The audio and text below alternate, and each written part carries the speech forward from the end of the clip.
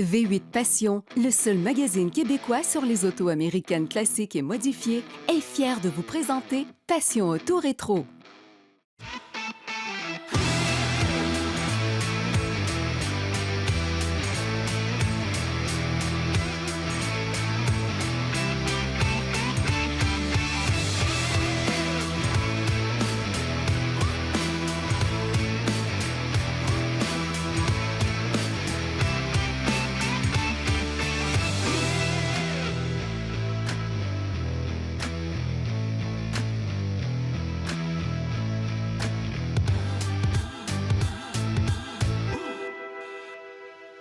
Bonjour à tous, bienvenue à Passion Auto Rétro.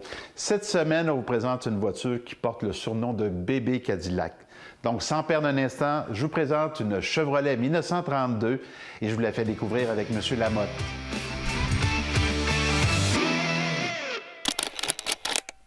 Aussi surprenant que cela puisse être, à la fin des années 20, General Motors avait évalué la possibilité d'abandonner la marque Chevrolet. Toutefois, en 1931, on vit apparaître une toute nouvelle Chevrolet comportant plus de 106 améliorations en comparaison avec le modèle précédent, dont un châssis plus rigide, une direction plus souple et un moteur 6 cylindres amélioré. Pour l'année 1932, 37 nouvelles améliorations furent apportées, dont un pare-brise un peu plus incliné. Tous les modèles 1932 portèrent le nom de Confederate et étaient disponibles en plus de 22 versions de 2 et 4 portes coupées, sedan ou décapotables.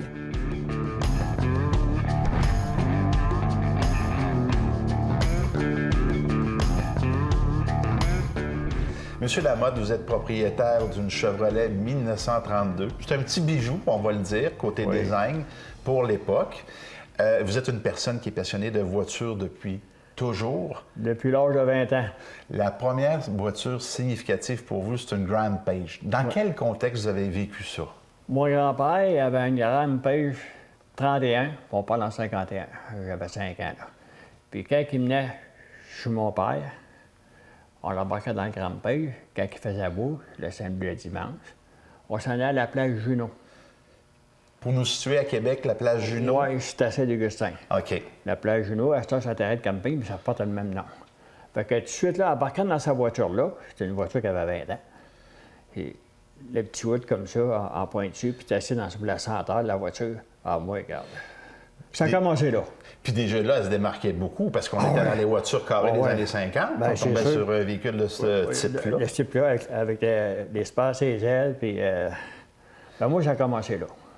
Moi, l'amour des voitures antiques, là... Ça a commencé là. Oui, puis papa faisait du transport. Puis quand j'allais avec lui, on l'envoyait sur la route, hein, un peu partout. Vous êtes né à Québec. Votre mère était propriétaire d'un motel sur... Ma grand-mère. Votre grand-mère, c'est ça? Oui, motel Monique. Sur le boulevard Amel, où est le SO maintenant, entre un peu Henri IV et Amel, dans ce coin-là? Oui, c'est ça. Elle avait son motel, la grand-mère. Puis quand elle a parti son motel, elle a placé le motel Sainte-Monique. On parle loin en arrière, là. On est dans les années 50? Oui, OK. à peu près 50.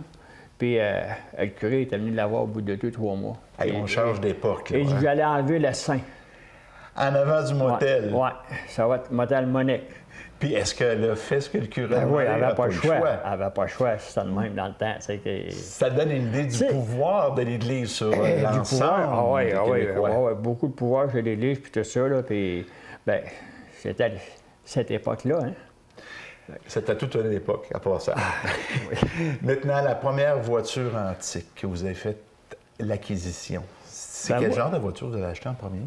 Ma première voiture antique, c'était un Pontiac 51 canadien, noir. Okay. Ça a commencé là, puis j'aimais ça avoir 2-3 voitures antiques.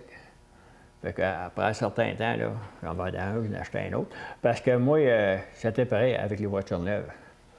J'aimais ça changer. Donc, la voiture antique faisait une petite variante. On la gardait 5-6 ans, on la vendait, on en retrouvait un autre, faisait un rêve. Jusqu'à un certain âge. OK. Là, ça fait au-dessus de 20 ans là, que je garde mes voitures que j'ai là. Dites-moi, à part cette petite merveille, vous avez quelle autre voiture présentement dans votre collection? J'ai une belle Oldsmobile 63, décapotable. J'ai un DeSoto 47, que j'ai depuis 1990. Quand même. Oui, une voiture, belle voiture, puis elle va bien sur la route. Puis j'ai 3 genres de voitures différents. Oui, vous n'êtes pas dans full muscle car, vous êtes dans le classique, oui, vous êtes dans l'antique, dans l'anglaise. Quand j'aime ça, là, je vais prendre celle-là, là. C'est une époque. Mon Auto, c'était une autre époque. L'automobile, mais c'est un 63. Fait que c'est différent. Et des fois, je vais en prendre une 2-3 fois de fil, là, puis je vais m'ennuyer d'en prendre un autre.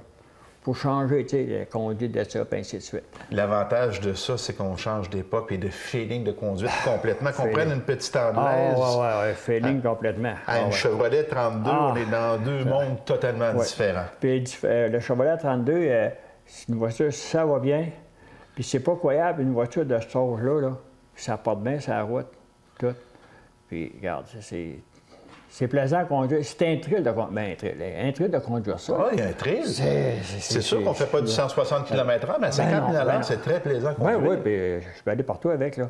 Tu sais, t'as entendu qu'aujourd'hui, le monde des jeunes, c'est plus récent que ça. Mais il y a du monde pour ça.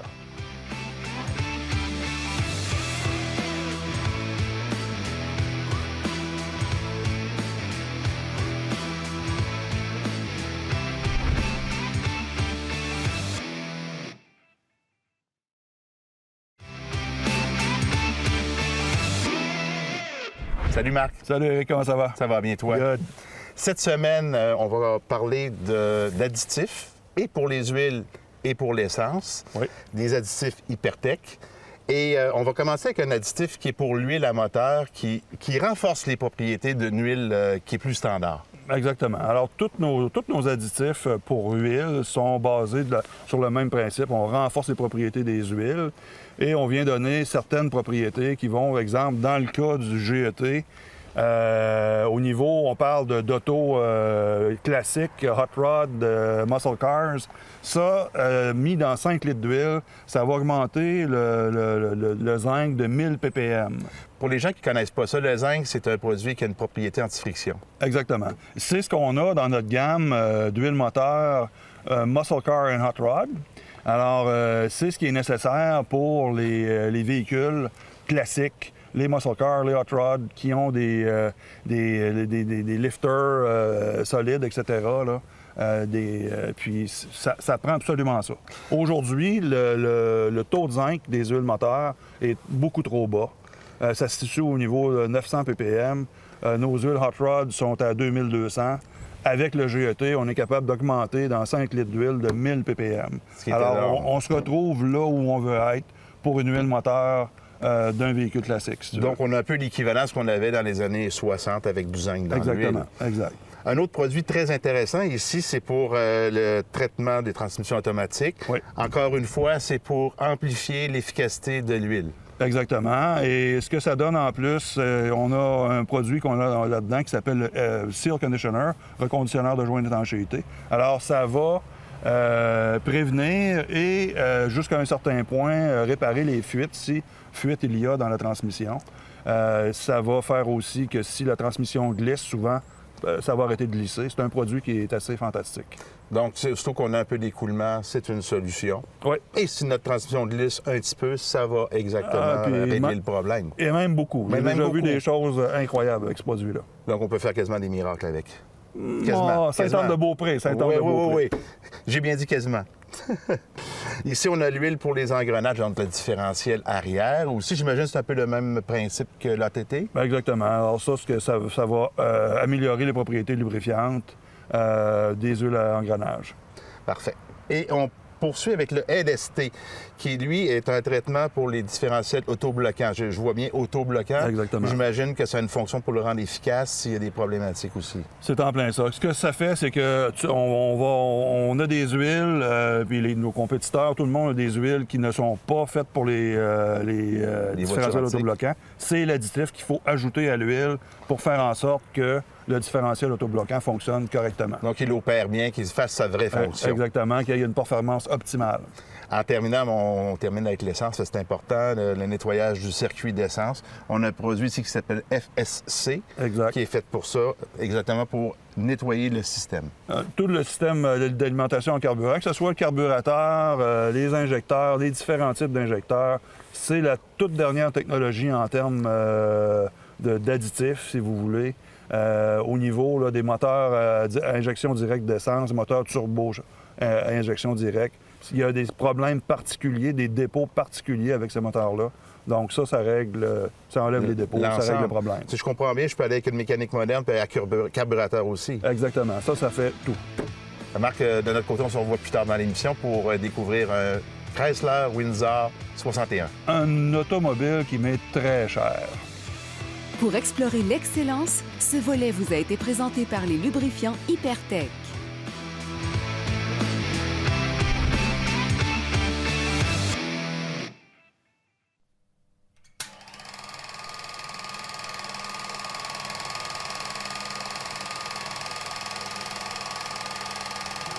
Le 12 mai 1932, le petit Charles-Auguste Lindbergh, fils du célèbre aviateur américain Charles Lindbergh, est retrouvé assassiné à quelques pas de chez lui. Il a été kidnappé 2 mois plus tôt, alors qu'il avait à peine 2 ans. Une rançon de 50 000 $ avait été demandée aux parents. Lindbergh n'avait pas hésité à payer pour retrouver son enfant vivant, mais en vain. Le meurtrier a été arrêté, puis condamné à mort. Le 1er juin, scandale. La grande star du cinéma Greta Garbo quitte Hollywood. L'actrice suédoise décide de rentrer dans son pays natal suite au tournage de As You Desire Me sans avoir renouvelé son contrat avec la MGM. Elle affirme simplement préférer la vie des champs à celle d'Hollywood. Le 18 août, le professeur Auguste Piccard fracasse le record d'altitude à bord de son ballon alors qu'il s'élève à 19 000 mètres, soit 1 000 mètres de plus que l'année précédente. Le but de cette envolée était d'observer les rayons cosmiques dans la stratosphère.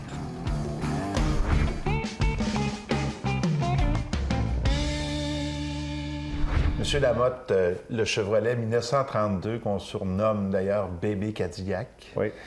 Vous avez trouvé ça dans quelles circonstances? Est-ce que c'était un rêve qui revenait de loin d'avoir une Chevrolet comme ça? Oui, c'était un rêve. J'ai déjà eu un Chrysler 32 que j'ai gardé 2-3 ans, mais je ne me souviens pas trop. Je me suis débarrassé. Mais je m'ennuyais d'un modèle dans ces années-là. Le fait de chauffer ça, c'est un autre monde.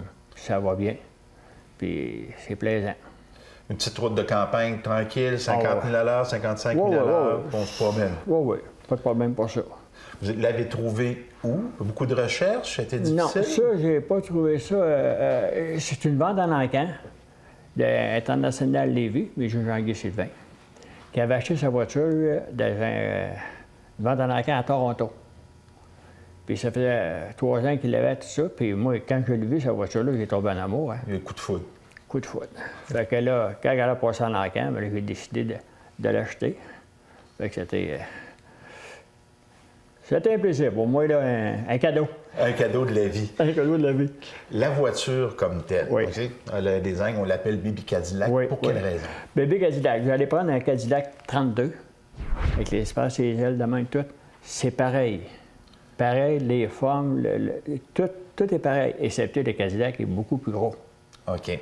Sur Donc, toutes les pièces. du look, on voit un peu la même voiture, mais en plus petit. En plus petit, justement. C'est pour ça qu'il l'appelle le Bébé Cadillac. OK.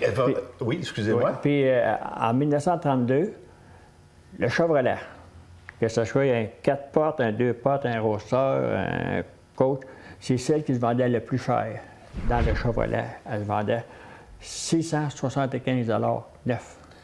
Par rapport à un Ford A, par exemple, qui Ouais, va se vendre Ford, dans les il va être un petit peu moins 500. cher. Ouais. Mais dans tous les Cadillacs, là, dans tous les Chevrolets, là, c'est le modèle, dans le Chevrolet, que ce soit 2 portes à 4 portes, le 4 portes avec l'espace et les ailes, c'est elle qui se vendait le plus. Donc, c'était le haut de gamme Oui. de la division Chevrolet. Oui, c'est ça, c'est ça. Parce que les autres, ils vendaient moyen marché. Ça avait changé, puis ils avaient pogné un roadster, Un 4 portes convertible, peu importe, ça vaut plus cher aujourd'hui. Mais dans ce temps-là, quand ça l'a sorti neuf, c'est ce modèle que je vendais le plus cher. C'était le plus cher de la gamme. Oui, oui. Vous m'avez conté tantôt que c'est votre grand-père qui était chauffeur de taxi? Oui, oui. OK. Qui chauffait ce genre de voiture? Ce genre de voiture-là, puis dans ce temps-là, là, il allait chercher, mettons, un monsieur sur une telle rue, puis l'autre madame sur une telle rue. Ils voulaient se rencontrer. Puis là, mais il y avait toujours une couverte. Fait des petites toiles. Toiles en arrière, puis ses côtés, bien, c'est une petite toile avec la couverte. Puis il faisait ce qu'il voulait faire. Hein? Donc, le service de taxi servait de service de rencontre en quelque part? Ben, dans ce temps-là, tu sais, le monde, les motels, puis tout ça, là, il n'y en avait pas beaucoup, hein? Il n'y en avait pas. Puis là, il s'en allait avec ça, là, puis à moitié chemin, il arrêtait. Il disait, un petit verre de fort. Ça faisait partie des services du taxi. Ben oui. Fait que là, il fallait dans la valise en arrière, payer un petit verre de fort. Puis là, il s'en retournait. Puis il continuait de se promener comme ça. Oui. Ah, puis il jamais regardé en arrière dans le miroir, là. Qu'est-ce qui se passait en arrière? C'était secret. C'était le même. C'était une zone d'intimité. Une zone d'intimité, ben oui. Ben roulante. Oui, regarde, les amoureux, puis tout ça, puis ça se passait comme ça, dans le temps. Il y a toutes sortes d'histoires, d'anecdotes à compter, en lien avec l'histoire puis l'automobile. Oui, ben oui, c'est sûr, c'est sûr. Dès que vous avez eu la voiture, vous avez fait l'acquisition de la voiture à l'Encan, est-ce que c'est une voiture que vous êtes porté à rouler au plus tôt, caresser, laisser dans le garage pour la protéger? Je la prends, ben là, c'est une voiture, c'est des freins à rod, c'est s'habituer avec ça. Puis, me promener aux alentours, aller faire des commissions. Basse vitesse. Avec ma femme, aller dans les centres d'achat, peu importe, là. Puis là, mais j'aime pas que tout court, là, puis quand le monde sorte, là.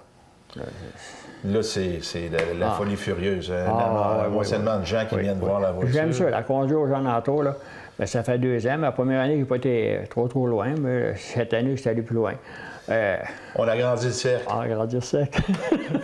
Pour ceux qui ne connaissent pas ça, le freinage à rod, c'est simplement des barres de métal qui freinent, mais la voiture ne freine pas nécessairement également. Bien, quand c'est bien ajusté, c'est pas si pire. Mais il ne faut pas suivre quelqu'un à 4-5 pieds en avant des autres, là. Parce que s'il décide de mettre les freins, là, il faut une distance pour arrêter, là.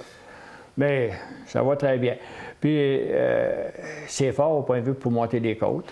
Donc, la première vitesse est très décommandée? Oui. C'était pour les chemins de l'époque. Oui, puis même, c'est très fort. Moi, j'ai monté la côte de l'aéroport. Il est monté en grande. Ah ouais? Oui, à basse vitesse, mais en grande. En 3, ici, il torquette, puis il montait tranquillement. Ah oui, puis il montait bien comme il faut. Fait que c'est ça. C'est entendu que ça grande route. C'est une voiture qui roulait après 50-55 000 à l'heure. C'est ça. Fait que je peux aller, moi, sur les autoroutes. J'ai une licence pour aller sur les autoroutes, comme un véhicule normal. Oui, c'est justement. Fait que je m'en vais sur l'autoroute, puis je roule à 50, ça fait à peu près 80 km. Je n'ai pas personne. Mais le plaisir, ça doit être une petite route de campagne. Ah oui, 50 000 à l'heure, un petit village. Oui, le Vieux-Québec. Le Vieux-Québec, c'est plaisant pour ça. C'est un plaisir de conduire ça.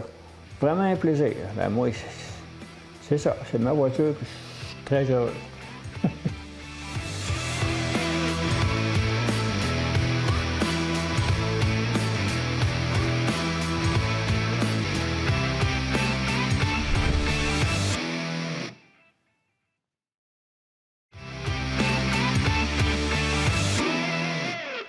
Marc, cette semaine, on parle d'une voiture qui est vraiment significative pour toi. C'est une voiture de vie. Là. Il y a vraiment de l'histoire en arrière de ça. Ouais. Explique-nous les grandes lignes de l'histoire de cette voiture-là. Alors, Chrysler Windsor 1961, que mon père a acheté en 61, l'a gardé 1 an, l'a donné à mon grand-père, Arthur Cloutier,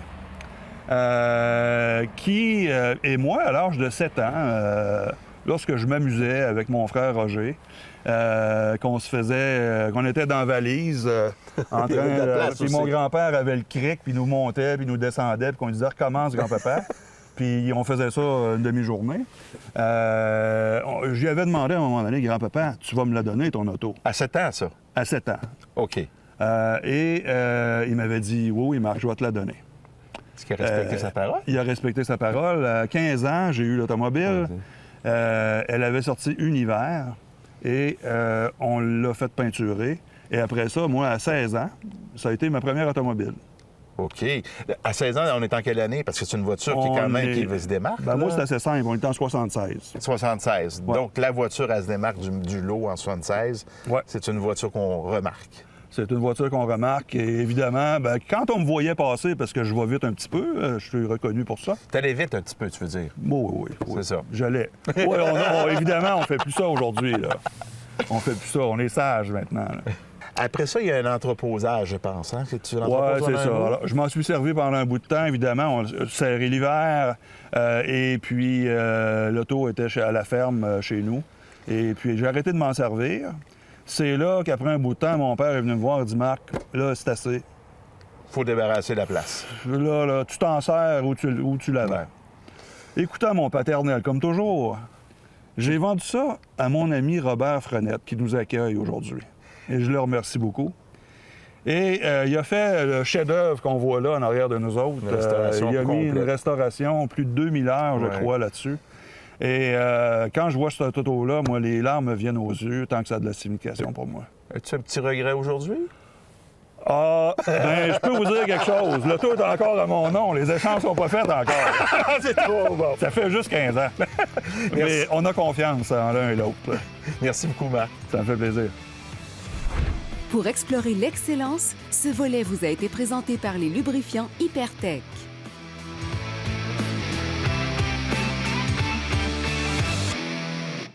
Mario, cette semaine, dans notre série sur les histoires de jouets, on parle d'un changement d'identification des véhicules. Autrement dit, ils ne portent pas le même numéro ou le même nom, entre parenthèses. Bien, c'est le changement du numéro de référence. En 1959, là, c'est un grand chamboulement chez Dinky Toy dans la façon de référencier les numéros. Chaque boîte avait un numéro, chaque modèle d'auto avait un absolument. numéro. Donc, la Plymouth Belvedere, exemple, elle s'appelait la 24D.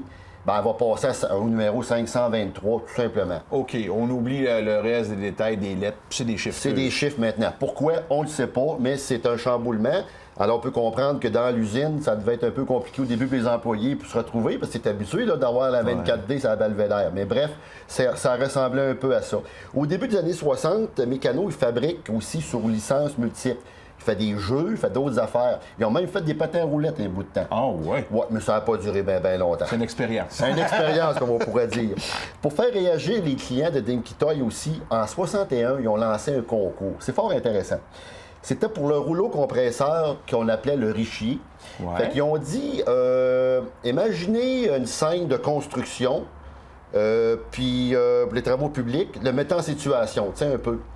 Puis que ce concours-là a été très populaire. Mais imagine-toi aujourd'hui, avec les travaux routiers qu'on a partout, il n'y aurait pas manqué d'idées, je pense. Il y en a eu, moi, à Montréal, il y aurait du plaisir. Ah, à Québec aussi, je te dis tout de suite, oui. Effectivement. Là, on tombe après ça dans l'ère des partenariats. Donc là, c'est Renault et Dinky Toy qui vont travailler ensemble. En 62 et pendant 7 ans, la série Junior va proposer 100 modèles, dont la Pen RPL 17, la Renault 4 va figurer également là-dedans. En 1962, Renault met en production la R8. Alors, chez Dinky Toy, on s'est retourné assez vite et on a eu l'autorisation de la compagnie Renault de fabriquer en miniature la Renault R8 pour que le lancement soit fait simultanément, les deux ensemble. Alors que normalement, il y avait un an de délai entre les deux. Il y avait un an de délai entre les deux, donc on a fait un coup de marketing assez génial à ce moment-là. Donc, au concessionnaire et dans le magasin de jouets simultanés. Exactement. La semaine prochaine, Éric, on va parler de l'ère des rachats qui commence. Merci, Mario. Merci.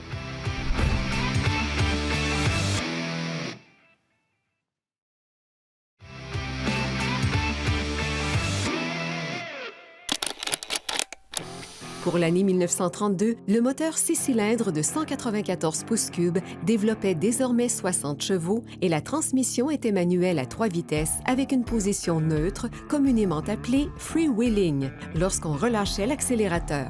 Toutefois, cette option éliminait la fonction compression et fut donc abandonnée en 1935.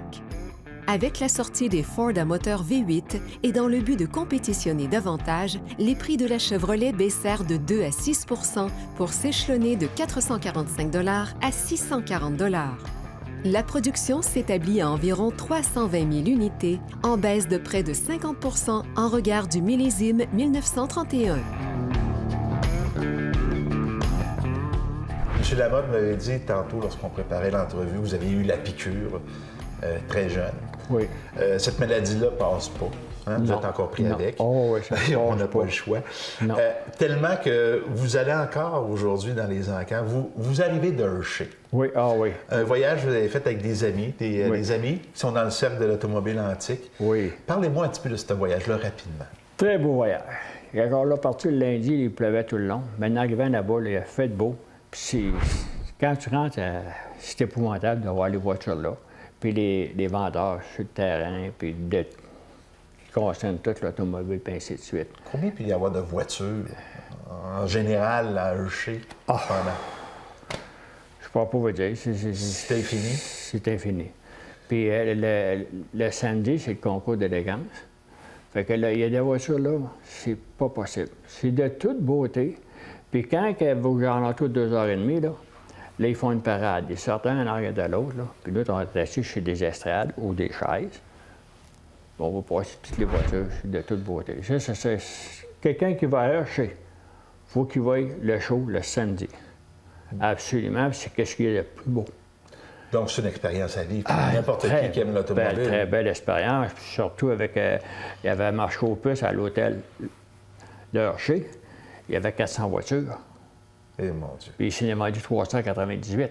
3,98 Oui. sur 400. Sur 400. Écran C'était avec- tout, la majorité du temps, c'était toutes des collections privées. Qui se revendent. Ils se revendent tout ça, puis... Par curiosité, sentez-vous que le marché se maintient ou... Oh oui, certainement. Ouais, il La se semaine, maintient. ah oui, puis regarde, il y a vraiment des collectionneurs. Pour différents modèles, il y a des amateurs. Monsieur Lamotte, merci d'avoir partagé votre passion. C'était Oui. super intéressant. Merci beaucoup.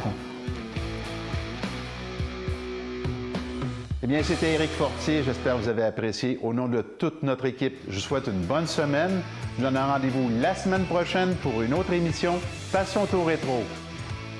Cette émission vous a été présentée par Expérience Course Vintage. Sensations fortes et adrénaline garantie.